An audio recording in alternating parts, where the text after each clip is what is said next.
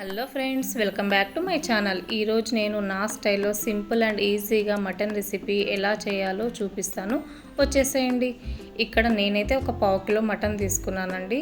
దాన్ని ఫస్ట్ బాగా క్లీన్ చేసుకోవాలి. క్లీన్ చేసుకున్న తర్వాత అందులోకి ఉప్పు, పసుపు ఇంకా కారం వేసి బాగా కలపాలండి.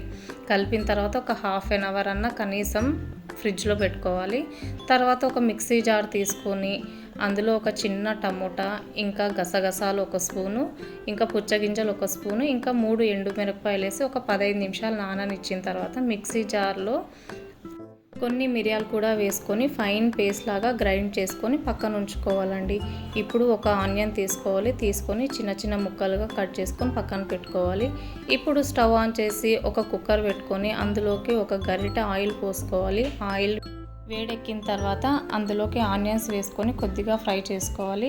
ఆనియన్ కొంచెం బ్రౌన్ అయిన తర్వాత అందులోకి 1 టీ స్పూన్ అల్లం వెల్లుల్లి పేస్ట్ వేసి ముందుగా మ్యాగ్నేట్ చేసుకున్న మటన్ కూడా వేసుకొని ఫ్రై చేసుకోవాలండి. లిడ్ పెట్టి దాని లోపల ఉన్న వాటర్ అంతా పోవాలి. అలా వాటర్ పోయిన తర్వాత మనం ముందుగా గ్రైండ్ చేసి పెట్టుకున్న గసగసాల మిశ్రమాన్ని అయితే వేసుకొని బాగా కలుపుకోవాలి. కలిపిన తర్వాత మరి కాసేపు లిడ్ పెట్టాలండి. ఎందుకంటే టమోటా అవన్నీ పచ్చివాసన వస్తాయి కదా, అవన్నీ బాగా ఫ్రై అవ్వాలి. చూడండి, బాగా ఫ్రై అయ్యాయి.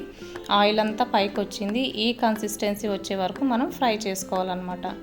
ఇప్పుడు మనం అందులోకి కొద్దిగా ధనియాల పొడి ఇంకా కొద్దిగా గరం మసాలా వేసి పచ్చివాసన పోయే వరకు బాగా ఫ్రై చేసుకోవాలండి. ఇంకా నేను కొన్ని వాటర్ అయితే వేసుకున్నాను. మిక్సీ జార్ని కడిగేసి అందులో వాటర్ వేసేసుకున్నాను అనమాట. వాటర్ వేసేసి కొద్దిగా ఉడుకు పట్టిన తర్వాత లిడ్ అయితే పెట్టేశాను. లిడ్ పెట్టిన తర్వాత ఒక 5 మినిట్స్ అయితే వదిలేసానండి. అది బాగా మరిగిన తర్వాత అందులోకి పుదీనా, కొత్తిమీర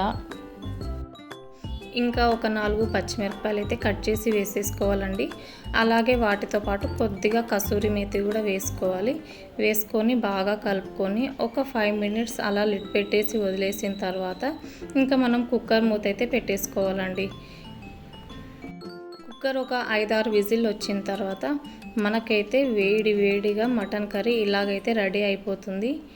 చూసారా ఎంత ఎమ్మీగా కనిపిస్తుందో కదా. ఆయిల్ అంతా పైకి తేలింది, బాగా కుక్ అయిపోయింది.